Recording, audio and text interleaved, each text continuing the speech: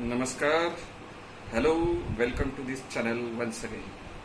आपण कालपासनं संच नावाच्या प्रकरणाला सुरुवात केली.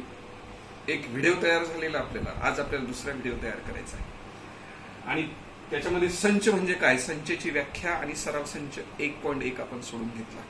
थोडक्यात एका मिनिटात तुम्हाला मी संच म्हणजे काय विचारतो. सांगा बरं, कोण सांगतं संच म्हणजे काय? भूषण, येते का तुला संचची व्याख्या सांगता येईल? बघा, मी सांगतो तुम्हाला. संच म्हणजे काय? ज्या समूहातील घटक अचूक आणि नेमकेपणाने सांगता येतात त्या समूहास संच असे म्हणतात. हे आपण मागच्या व्हिडिओमध्ये बघितलं होतं. अजून काय काय बघितलं होतं सांगता येईल? अरे, अजून 2 गोष्टी बघितल्यात. काय माहिती का? संच कसा लिहावा. संच लिहिण्याच्या 2 पद्धती सुद्धा आपण काल बघितल्यात. त्याच्यामध्ये पहिली पद्धत होती यादी पद्धत, दुसरी गुणधर्म पद्धत. आणि ती कशी लिहावी हे सुद्धा अगदी सुंदरपणे तुम्ही समजून घेतलं. आज आपल्याला जे बघायचं आहे ते संचाचे प्रकार. संचाचे प्रकार किती आहेत असं जर तुम्हाला कोणी विचारलं तर तुम्हाला सांगता आलं पाहिजे. आणि म्हणून आपल्याला आज संचाचे जे प्रकार बघायचे तर बाळांनो, मी फळ्यावर तुम्हाला 4 प्रकार लिहिले. एक 5वा प्रकार सुद्धा मी याच्यानंतर तुम्हाला सांगणार आहे. पहिल्यांदा 4 प्रकार कोणते ते आपण बघूया. तर पहिला प्रकार आहे एक घटक संच. एक घटक संच ह्या शब्दात अर्थ आहे बरं का. म्हणजे याचा अर्थ असा की ज्या संचामध्ये फक्त एकच घटक असतो ना त्याला एक घटक संच असं म्हणतात. मी व्याख्या सुद्धा लिहिताना दिलं बघा. ज्या संचात फक्त एकच घटक, ह्या शब्दावर जोर देतो, एकच घटक. मग तो कोणताही असू द्या, संख्या असेल, अक्षर असेल, काही असेल, फक्त एकच घटक असेल अशा संचास एक घटक संच असं म्हणतात. उदाहरण सुद्धा मी दिलं बघा. ए नावाचा संच आहे, त्या संचामध्ये फक्त 2चा अंक. 2चा अंक म्हणजे फक्त एकच घटक आपण त्या ठिकाणी लिहिला आणि म्हणून अशा संचाला एक घटक संच असं म्हणतात. अंडरस्टँड? ओके, चला आपण दुसऱ्या प्रकाराकडे बघू. रिक्त संच. अहो, रिक्त ह्या शब्दाचा अर्थ आपल्याला कळायला पाहिजे. रिक्त म्हणजे रिकामा. रिकामा म्हणजे एम्प्टी. त्याला इंग्लिशमध्ये एम्प्टी म्हणतात. अजून एक शब्द आहे नल शेट, असा सुद्धा शब्द आहे. म्हणजे या संचामध्ये एकही घटक नाही. म्हणजे जसं तुमचं डोकं, रिकामं डोकं कसं असतं तसं बिलकुल. ज्या संचात एकही घटक नाही अशा संचास रिक्त संच असं म्हणतात. व्याख्या कशी दिली बघा. ज्या संचात दिलेल्या गुणधर्माचा एकही घटक नसतो त्या रिक्त संच असे म्हणतात. म्हणजे बघा, हे महिरपी कंस काढलं त्याच्यात काहीच नाही दिसत. तुम्हाला रिकामं घर दिसतंय आहे की नाही? रिकामा कंस दिसतोय आणि म्हणून त्या संचाला मी नाव दिलं बी. आणि कंसामध्ये काहीच नाही, नुसता महिरपी कंस काढला. त्याला अजून दुसरा शब्द वापरला जातो बरं का बाळांनो. बघा, हे काढलेलं जे चिन्ह आहे ना याला फाय म्हणतात. फाय तुमच्या लक्षात यावं. फाय म्हणजे कसा काढायचा? असा 0 काढायचा आणि त्याला अशी तिरपी रेष काढायची. बघा, याला काय म्हणायचं? फाय. म्हणजे याला खास शब्द वापरला, त्याला एक विशिष्ट नाव दिलं आपण रिकाम्या संचाला. फाय. विसरायचंच नाही आता. हे कायमस्वरूपी तुम्ही डोक्यामध्ये ठेवा. आणि तो कशाने दर्शवतात? तर फायने दर्शवतात. हे तुमच्या डोक्यात असलं पाहिजे. त्याच्यानंतर पुढचा संच बघा. हे 2 संच तर खूप इंटरेस्टिंग आहेत. शांत आणि अनंत. शांत म्हणजे काय हो? एखाद्या संचामध्ये घटक जर मोजायला गेले तर तुम्ही सहजपणे मोजू शकतात. त्या घटकांची यादी करायला गेले तर तुम्ही सहजपणे यादी करता येईल. म्हणजे असा संच ज्या संचातले घटक तुम्हाला सहज मोजता येतील, लिहिता येतील, त्याची यादी करता येईल, अशा संचाला शांत संच असं म्हणतात. आता ह्या ठिकाणी रिकामा संच बघा, रिक्त संच. हा रिक्त संच सुद्धा शांत, त्याच्यात घटकच नाही ना मग, आहे की नाही? म्हणून रिक्त संच सुद्धा तुमचा शांत संच. मी व्याख्या सांगितली बघा. रिक्त संच म्हणजे काय? जो रिक्त संच आहे किंवा ज्या संचातील घटकांची संख्या मर्यादित असते. मर्यादित म्हणजे काय? आपल्या मर्यादेपर्यंत, म्हणजे आपण मोजू शकतो, लिहू शकतो, त्यालाच पुढे तिथं मोजता येते शब्द बघा. म्हणून अशा संचाला आपण शांत संच म्हणतात. मी एक उदाहरण तुम्हाला या ठिकाणी लिहिलं. सी संच घेतला. 4, 8, 12, 16, 20, बस एवढे संख्या घेतल्या. या संख्या तुम्हाला मोजता येतील. संच लिहायला गेले तर तुम्ही सहजपणे तो संच लिहू शकता. म्हणून हा जो संच मिळणार आहे या संचाला शांत संच असं म्हणतात. इंग्लिशमध्ये याला फायनाईट सेट असं म्हणतात. फायनाईट.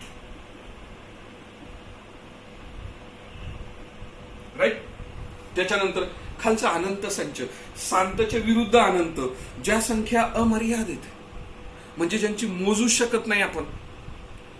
मग अशा कोणकोणत्या संख्या असू शकतात? नैसर्गिक संख्या. नैसर्गिक संख्येची जर सुरुवात केली तर 1 2 3 4 5, शेवट माहिती नाही. सुरुवात माहिती परंतु शेवट माहिती नाही, म्हणजे शेवट नाही. ज्याला अंत नाही त्याला अनंत म्हणतात, लक्षात ठेवा. अनंत संच म्हणजे काय? ज्या संचातील घटक आपण मोजायला गेलेत, लिहायला गेलेत तर आपण लिहू शकत नाही, मोजू शकत नाही, म्हणजे अनंत आहेत. म्हणून अशा संचास आपण अनंत संच, त्याला इनफायनाईट सेट असं म्हणतात. काय म्हणतात त्याला? इनफायनाईट सेट असं म्हणतात. रिक्त संचाला इंग्लिशमध्ये नल हा शब्द पण वापरलेला आहे, नल सेट, किंवा त्याला एम्प्टी असा शब्द पण आपण वापरू शकतो, एम्प्टी सेट. हे शब्द पण लक्षात ठेवा. आणि एक घटक संचासाठी सिंगलटन सेट, सिंगल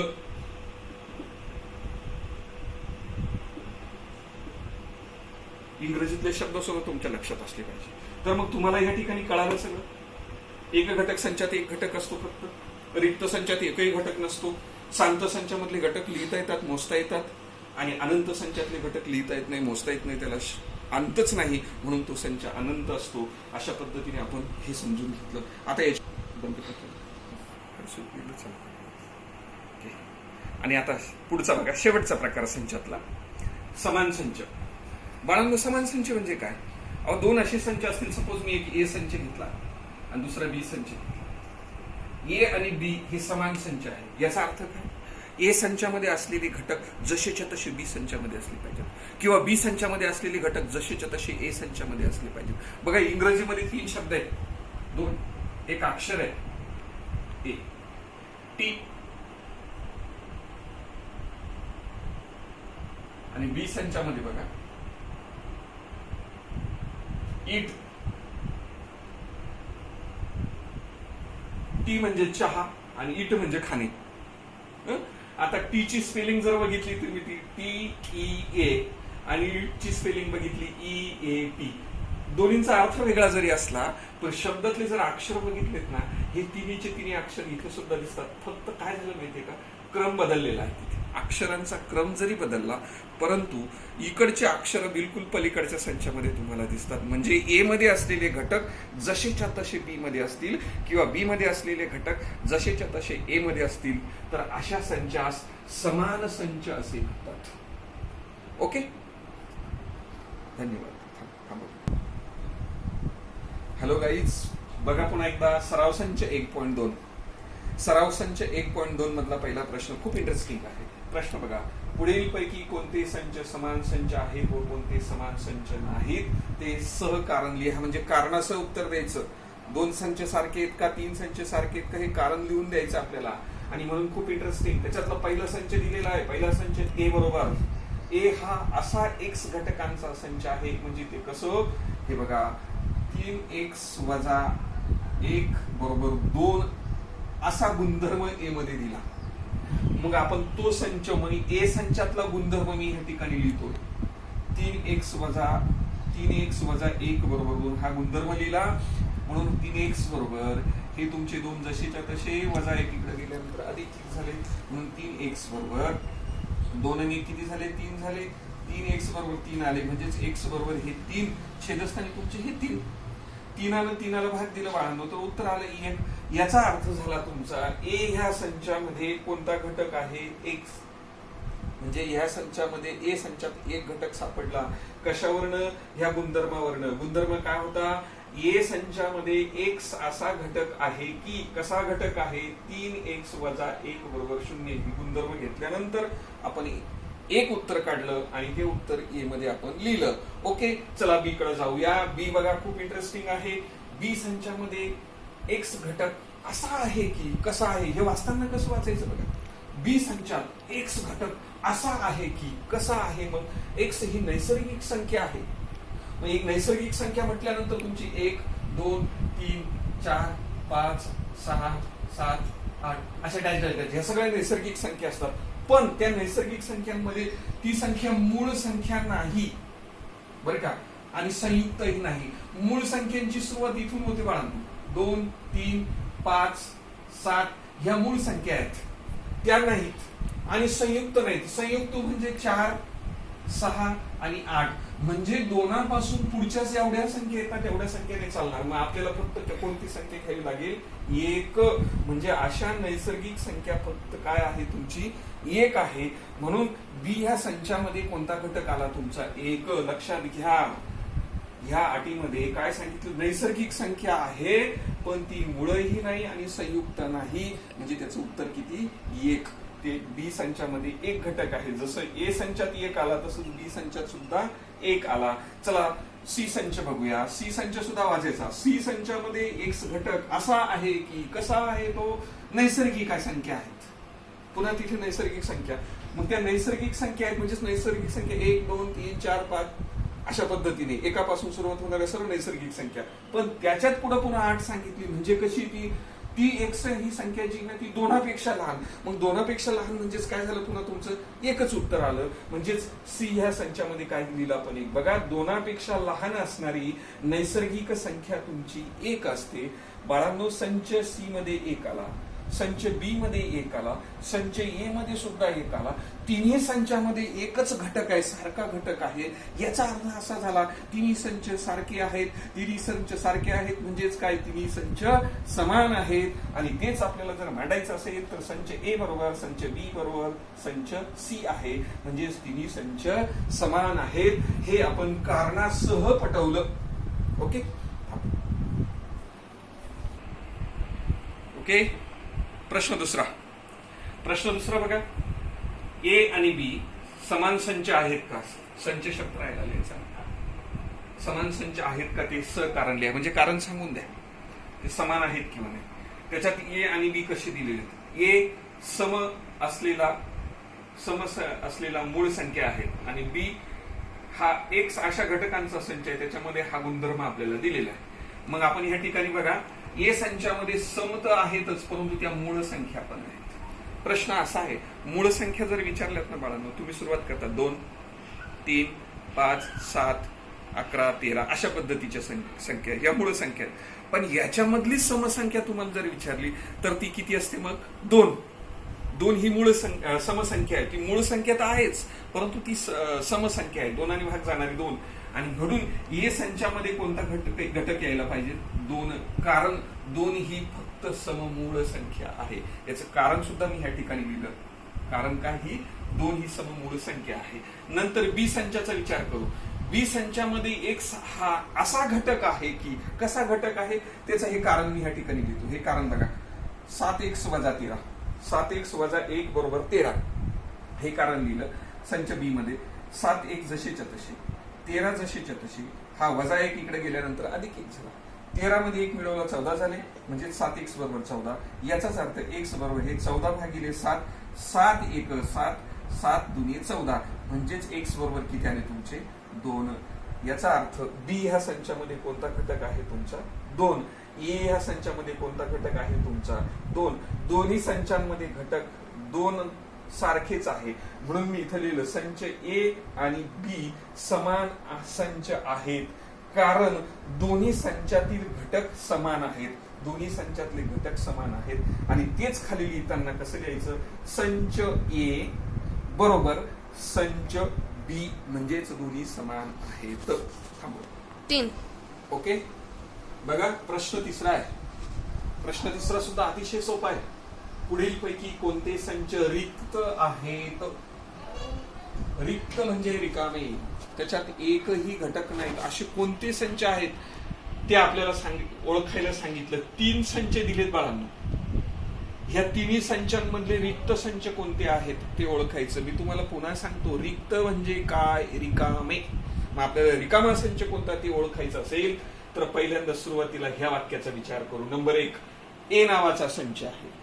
ए संचामध्ये स्मॉल ए असा घटक आहे की, हे वास्तव बघा कसं, कॅपिटल ए ह्या संचामध्ये स्मॉल ए असा घटक आहे की कसा आहे तो? 0पेक्षा लहान असणारी नैसर्गिक संख्या ए घटक आहे. पण ये कोणती संख्या आहे? शून्यापेक्षा लहान असणारी नैसर्गिक संख्या.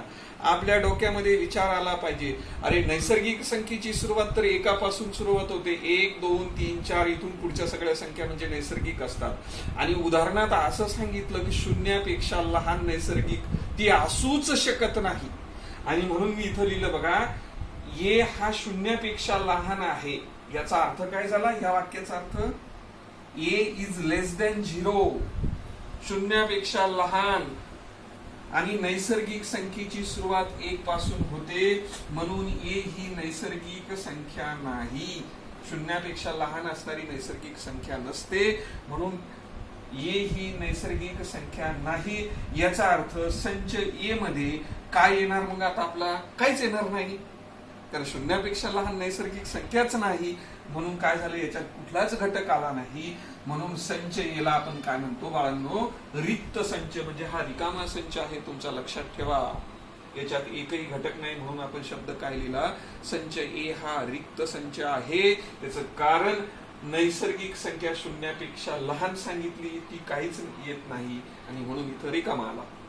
पुढचं संच बी मध्ये, संच बी मध्ये एक्स हा असा घटक आहे की हा गुणधर्म तुम्हाला दिला. आता बी संचात एक्स घटक असा आहे की एक्स वर्ग बरोबर 0. हा मी इथे गुणधर्म लिहिला, बी संचातला गुणधर्म इथे लिहिला. बघा, एक्स वर्गची किंमत 0, याच वर्गमूळ घेतलं एक्स आला आणि शून्याचं वर्गमूळ घेतलं तर 0 आला. म्हणजे एक्स वर्गची किंमत 0 असेल तर त्याचं वर्गमूळ सुद्धा किती असणार? 0 असेल. याचा अर्थ बी संचामध्ये कोणता घटक आला? 0 हा घटक आला. म्हणून संच बी हा रिक्त संच नाही. जसा ए रिक्त होता तसा बी रिक्त नाही, कारण त्याच्यात एक घटक आला आणि तो कोणता घटक आहे? तुमचा 0 आहे. हे मात्र तुम्ही विसरायचं नाही. घटक जरी 0 आला परंतु तो रिक्त नाही, त्याच्यात काही ना काहीतरी आलं. 0 ही सुद्धा एक संख्या आहे आणि म्हणून तो संच काय झाला? तुमचा रिक्त संच नाही, वरचा रिक्त आहे. चला तिसऱ्यामध्ये सुद्धा गुणधर्म पद्धतीने संच दिला. सी असा संच आहे की त्याच्यामध्ये एक असा घटक आहे. कसा? 5x - 2 बरोबर 0. ही जी कंडिशन आहे, ही जी अट आहे, हा जो गुणधर्म आहे तो गुणधर्म या ठिकाणी लिहिला. सी संचातला गुणधर्म 5x - 2 बरोबर 0. हे खूप इंटरेस्टिंग आहे, लक्षात घ्या. 5x - 2 बरोबर 0. याचाच अर्थ 5x बरोबर हे -2 पलीकडे गेल्यानंतर +2 झाले. याचाच अर्थ x बरोबर हे 2 छेदस्थानी 5. आता ही 2 छेदस्थानी 5 याला भाग देऊ शकता तुम्ही. 2ला जर भाग द्यायचा तर 2ला 5ने भाग जात नाही. मी दशांश स्थळ ठेवलं, इथं 20 झाले आणि 5ने भाग दिला, 5 चोक 20 म्हणजे 0.4 ही किंमत आली. आता मला सांगा, 0.4 ही किंमत नैसर्गिक संख्या आहे का? नाही, कारण नैसर्गिक संख्येची सुरुवात एकापासून होते आणि ही अपूर्णांकात आलेली किंमत ही कधीच नैसर्गिक संख्या नसते. आणि पण आपल्याला उदाहरणात सांगितलं एक्स हा एनचा घटक आहे. ह्या वाक्याचा अर्थ पण कळायला पाहिजे बरं काय. हे चिन्ह म्हणजे घटक असणे. एक्स कोणाचा घटक आहे? कॅपिटल एनचा घटक आहे. कॅपिटल एन म्हणजे काय? नैसर्गिक संख्येचा संच, त्याचा घटक आहे. म्हणजे हा एक्स काय असू शकतो? 1 असू शकतो, 2 असू शकतो, 3 असू शकतो, 4 असू शकतो. सगळ्या नैसर्गिक संख्यांपैकी कोणती तरी एक संख्या असेल असा त्याचा अर्थ होतो. पण तू आपलं उत्तर आलं 0.4, अपूर्णांकात उत्तर आलं. म्हणजेच काय झालं? हे जे उत्तर आहे ही नैसर्गिक संख्या नाही. म्हणजे संच सी मध्ये कोणताच घटक येत नाही. काय झालं? संच सी मध्ये कुठलाच घटक येत नाही. म्हणून संच सी हा काय आहे? तुमचा रिक्त संच आहे. Okay, okay. प्रश्न 4. पुढील पैकी कोणते संच शांत व कोणते संच अनंत आहेत ते कारण लिहा. शांत म्हणजे काय? जे मोजता येतं त्याला शांत म्हणतात. अनंत म्हणजे जे मोजता येत नाही, अमर्याद असतात, त्याला अनंत असं म्हणतात. बघा, आपण पहिलं उदाहरण बघू. ए नावाचा संच आहे. ए नावाचा संच, ए हा संच असा एक्स घटकांचा संच आहे. त्याच्यातल्या ज्या संख्या आहेत त्या नैसर्गिक संख्या 10 पेक्षा लहान, 10 पेक्षा लहान असलेल्या सगळ्या नैसर्गिक संख्या म्हणजे ए संचामध्ये घटक येतील 1 2 3 4 5 6 7 8 आणि 9. तर 1 पासून तर 9 पर्यंत सर्व संख्या येतील. म्हणजे हा जो संच झाला तर तुमचा काय झाला? शांत संच झाला. लक्षात घ्या, कारण सगळ्या संख्या आपल्याला मोजता येतात. शांत संच. तसंच बी. आता बी संच हा वाय घटकांचा संच आहे. पण वाय घटक कसे आहेत? शून्यापेक्षा लहान, -1पेक्षा लहान असलेले पूर्णांक संख्या. म्हणजे -1पेक्षा लहान म्हणजे काय? तुमच्या बघा, -2 -3 -4 -5 अशा सगळ्या संख्या येतील आणि मग ह्या सगळ्या घटक संख्यांचा संच हा जो असणार आहे त्याला नाव देऊया बी. आता याच्या संख्या आपल्याला पुढच्या अनंत संख्या आहेत म्हणून हा संच काय असेल तुमचा अनंत संच असेल. कारण शेवटी काय आहे आपल्याला सांगता येत नाही. तिसरा बघा किती इंटरेस्टिंग आहे. सी, तुमच्या शाळेतील 9वीच्या वर्गातील सर्व विद्यार्थ्यांचा संच. 9वीच्या वर्गात किती विद्यार्थी आहेत कुणी मोजू शकतं. हजेरीपटावर जेवढे विद्यार्थी तेवढे विद्यार्थी 9वीच्या वर्गात. म्हणजे हा संच तुमचा काय झाला शांत संच झाला. त्याचबरोबर तुमच्या गावातील रहिवाशांचा संच. तुमच्या गावात किती लोक आहेत ते पण आपल्याला सहज मोजता येतील म्हणून हा सुद्धा संच काय झाला तुमचा शांत संच झाला. त्याच्यानंतर प्रयोगशाळेतील उपकरणांचा संच. तुम्ही प्रयोग करतात, प्रयोगामध्ये तुमचे कोणते कोणते उपकरणं आहेत ते जर मोजायला सांगितलं तर त्याची सुद्धा यादी आपल्याकडे असते म्हणून प्रयोगशाळेमध्ये असलेले उपकरण आपल्याला सहज मोजता येतील. हा सुद्धा संच झाला. ह्या संचाला सुद्धा काय म्हणायचं आपल्याला शांत संच असं म्हणायचं. आणि पुढचे बघा पूर्ण संख्यांचा संच. पूर्ण संख्यांचा संच म्हणजे काय माहितीये का, तो असतो डब्ल्यू न दाखवलं त्याला इंग्लिशमध्ये होल नंबर्स असं म्हणतात. याची सुरुवात कशी होती माहिती का, 0 पासून 0 1 2 3 अशा पद्धतीने आणि याचा शेवट माहित नाही म्हणून हा जो संच असतो बाळांनो याला अनंत संच असं म्हणतात. डब्ल्यू ने दाखवतात हा पूर्ण संख्यांचा संच. आणि त्याच पद्धतीने परिमेय संख्यांचा संच हा क्यू असतो. क्यू परिमेय संख्यांचा संच हा सुद्धा काय असतो माहितीये का अनंत संख्यांचा संच असतो. काय असतो हा अनंत संख्यांचा संच. हा पण अनंत आहे, हा पण अनंत, हा शांत आहे, हा शांत आहे, हा शांत आहे, हा अनंत आहे. अशा पद्धतीने शांत अनंत आपल्याला कारणासह प्रत्येकाला तुम्हाला सहज लिहिता येतील. अशा पद्धतीने हा सराव संच आपला ह्या ठिकाणी संपलेला आहे. तुम्हाला जर हा व्हिडिओ आवडला असेल तर लाईक करा आणि आपल्या चॅनलला सबस्क्राईब करायला विसरू नका. धन्यवाद.